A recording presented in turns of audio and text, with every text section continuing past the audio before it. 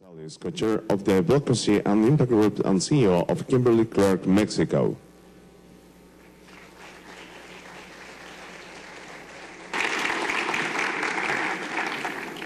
Good afternoon, everyone.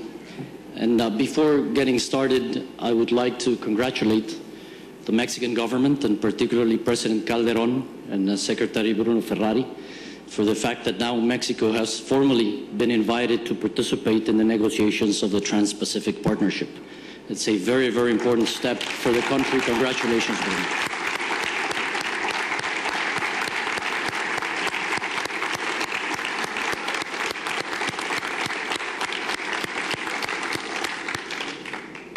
So I've been asked to make some brief comments regarding the Advocacy and Impact Task Force. And I promise I will be succinct, since I know many of you need to run and catch a plane. And I would be glad to provide more details and discuss further with any one of you after the closing ceremony or in the coming weeks. So as you know, this is the first time we have an Advocacy and Impact Task Force in the B20. And the mandate of this task force is very, very clear. Help the other groups advance their recommendations, track progress, and measure the corresponding impact. So we have defined an initial set of guidelines to help us accomplish these goals. First, on advancing recommendations, we all focused on a few high-impact, actionable, and measurable recommendations, and we put together action plans behind them.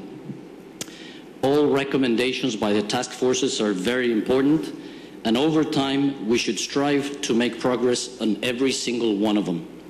However, for now, the idea is to provide focus, make progress on the prioritized recommendations, and thus get traction behind the B20 process. Because we need results to stay on the agenda and become truly, truly relevant. Now, to advance the recommendations, we need to work on at least three things. The first one, which we have already done, is to deliver and discuss our proposals with the G20 as early as possible in the process. We did this through the meeting in Puerto Vallarta, through various ministerial meetings, as well as the continuous interaction with the Mexican government and the Sherpas of all the G20 countries. Second, we need to stay engaged. And let me reinforce this. We need to stay engaged. This Cabos meeting is not the end of the process. We need to stay committed and work with the broader business community and with the governments to push our agenda beyond Cabos. And we will devise ways for that to happen in the coming months. And third, we need to establish role models to motivate advancement. Mexico will pilot some of the recommendations, for example, on transparency and anti-corruption, and we hope that other countries will follow suit.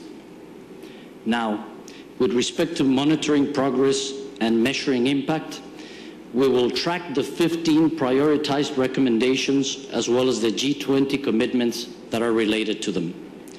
We will do it through experienced, independent, and well-respected institutions like think tanks or universities. We will have a country-level follow-up in October and a B20 update in November. And we will strive for continuity, which is key to being effective over time, by involving the Russian delegation in the process as early as possible. So what can we expect in October?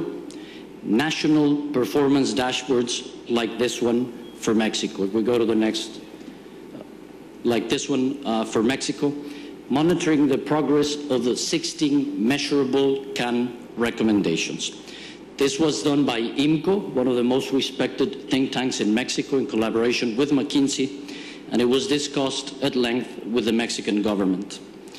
And if I can, let me just say that if the interaction with the Mexican government is an indication of the interest in this process and of the ability of the B20 to move its proposals forward, we should be very, very optimistic. And we really thank the government for all their support and all their work with us to put this together and move this process forward. Thank you very much.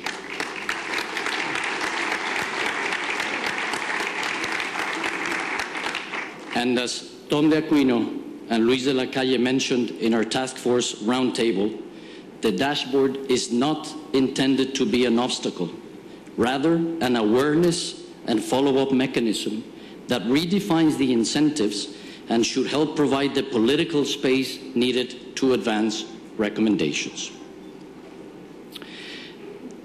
And in the November meeting, and before the end of the Mexican B20 presidency, we will develop a global performance dashboard based on the national dashboards that will look like the one shown above. In summary, we need to stay engaged and work to advance recommendations. The B20 should welcome collaboration, commitment, creativity, effort, and even result. But in the end, results are all that matters. The business community is all about results in every single thing that we do, and this should be no different. So let's stay focused and achieve relevance through implementation and impact. Thank you all very, very much.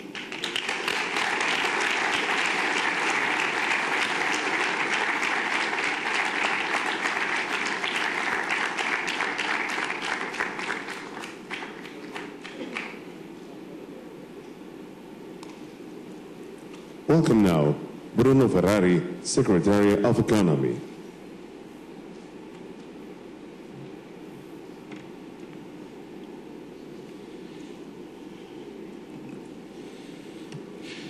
Thank you very much. So according with the protocol, I will speak in Spanish, so you can consider this is the translation for what Pablo was saying.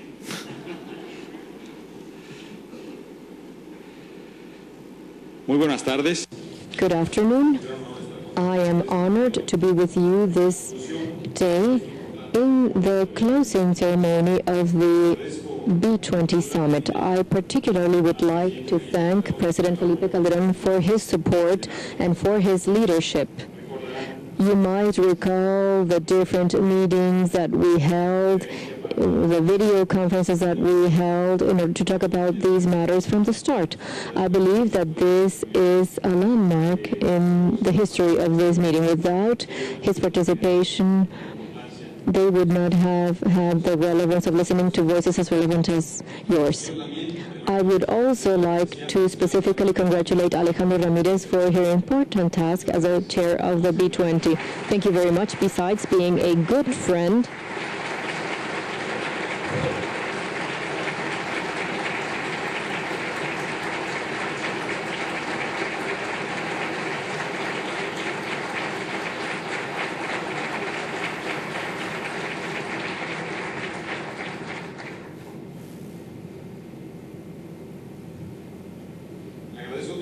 I would also like to thank Valentin Diaz-Morado from CONCE for his support and his participation.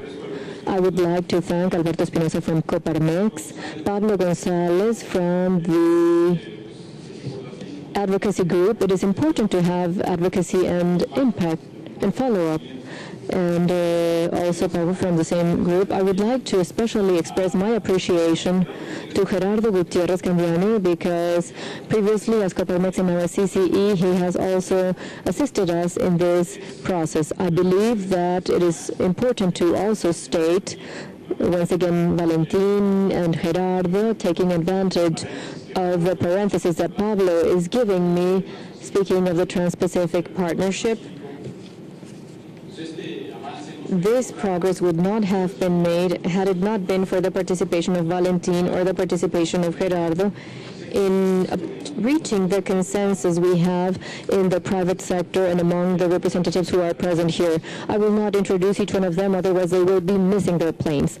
But I believe that it is quite relevant to see that whenever we act together, whenever we try to reach goals together, we may achieve it. What we have now is the chance to negotiate this very important trade agreement. I would like to also thank all of the other leaders present today. I would like to thank our labor ministers, our tourism and communications ministers. I'd like to thank the bank, the Inter-American Development Bank, and I would like to greet all of you. It is not important to greet you, but it is important that you are here, and this speaks of the relevance of this event. What is most important is to greet all of the business people who have joined us in this process and who are an essential part of this dialogue that is now larger than ever and which is called B20. Today is a very significant date for all of us. Many days of hard work finally materialize the efforts of the public and the private sector in specific outcomes that contribute to the formulation of specific recommendations for the leaders of G20. They will indeed be translated into actions that will help us face the global challenges that we now face. As we all are aware, the outcomes achieved in this forum, thanks to the joint work, will enable us to enrich the discussions of the G20 and to assist them in achieving their goals. Each one of the task forces conducted important efforts in order to issue a final recommendation. These recommendations have been presented by Pablo. I had here a brief summary, but I think I will not do it better than you did.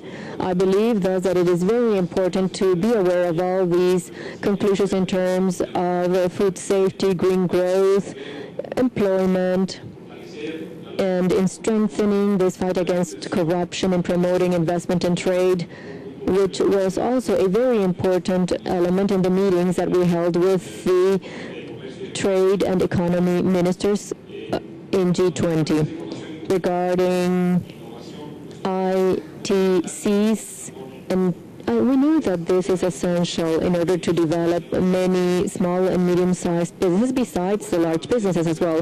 In terms of finance for growth and development, this is extremely relevant for the future of our planet.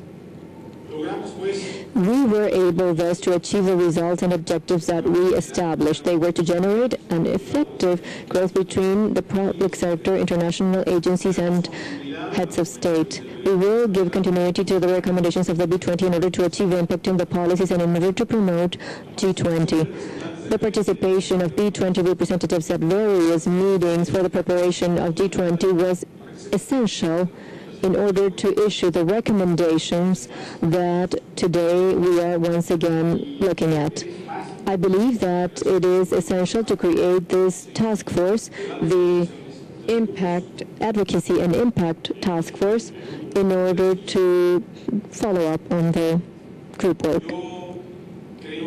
I believe that what we are now witnessing here is something that is very precious. It is something that we have been able to achieve. It is something that we must defend. I believe it is essential also to listen to this voice. Part of the issue is that we oftentimes do not listen to others. The dialogue does not flow as it should, or has not been as it is now, and this is where many of the solutions lie, more than the issues. Here we have an important part of the light that is at the end of this tunnel, and you, with great courage, have undertaken as a discussion topic. Friends, Mexico once again thanks you for your participation in the efforts made in order to reach these important agreements. We are certain that the discussions that were held during these days and the recommendations that have been issued are extremely relevant, and they will be very useful for the discussions and decision-making process of the Leaders Summit of G20. I believe that this is an important event in the history of this type of relationships. Once again, I would like to say we recognize the efforts of the business sector, their leadership, and the commitment displayed in these days in terms of economic growth and for the benefit of the well-being of the population.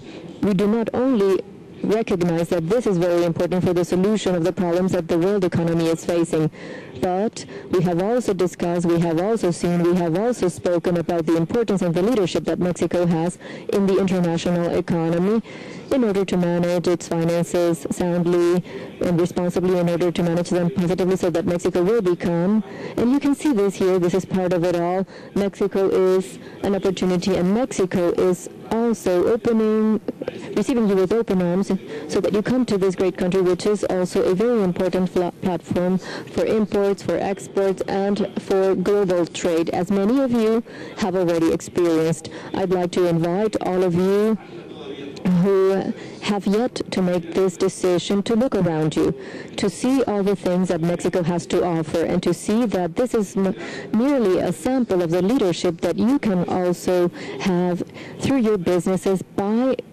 taking this country as a platform. Once again, I would like to appreciate all of the participants for their efforts and for the commitments displayed, and I assure you that we will continue to work hard to strengthen this collaboration, since we are convinced that it is only through joint work that we will be able to make progress in the path of growth and prosperity for our nations and for the whole world. I would like to also thank this recognition that Pablo mentioned regarding our entry to TPP, which is merely the possibility to do more and better trade and to generate more and better jobs in the world. Thank you very much, and congratulations.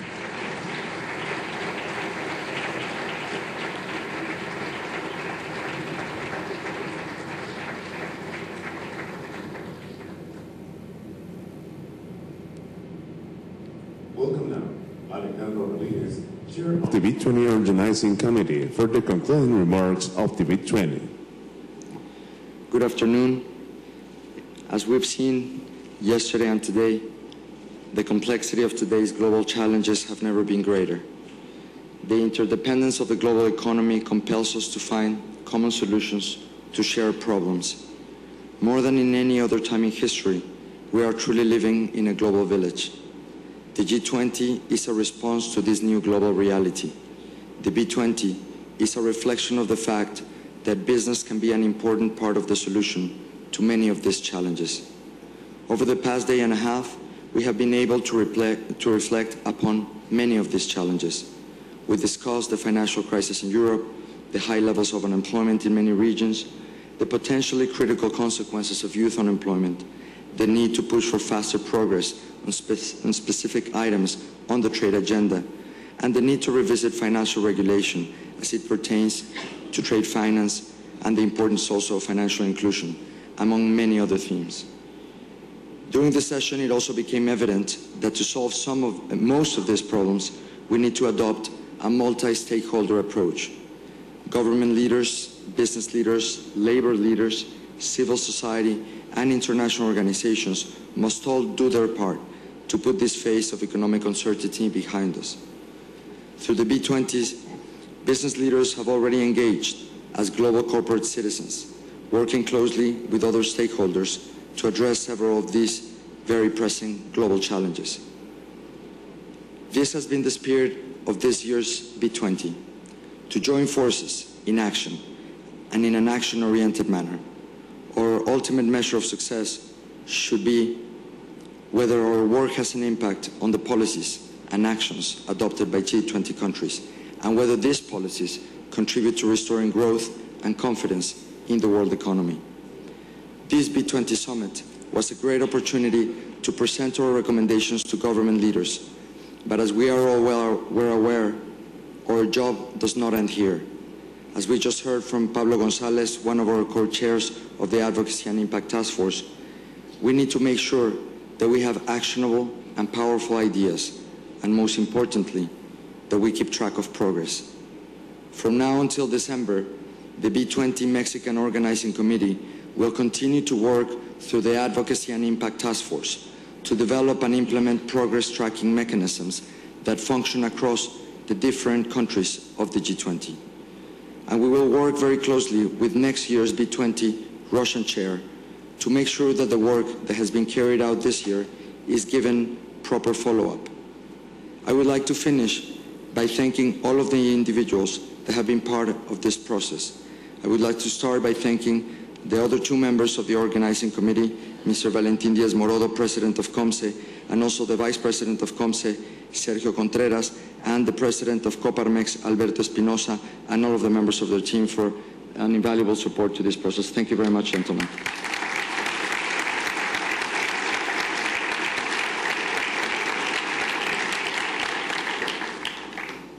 I would also like to thank all of the CEOs and experts that participated in the 8 task forces, and especially the CEOs that served as co-chairs for the leadership and commitment to this process. I would again like to thank the Mexican government, but particularly I'd like to thank my very good friend, Secretary Ferrari, for his commitment, for his leadership and his support, and also 2 members of his team, Jose Antonio Torre and Enrique Perret, for all of the work that they put together for this B20. And finally, I'd like to thank our sponsors to this B20, all of the Mexican B20 team led by Fundación Idea. But above all, I would like to thank each and every one of you for honoring us with your presence. I truly hope you had an enriching experience. We wish you safe travels, and I hope to see you, many of you, in Russia next year.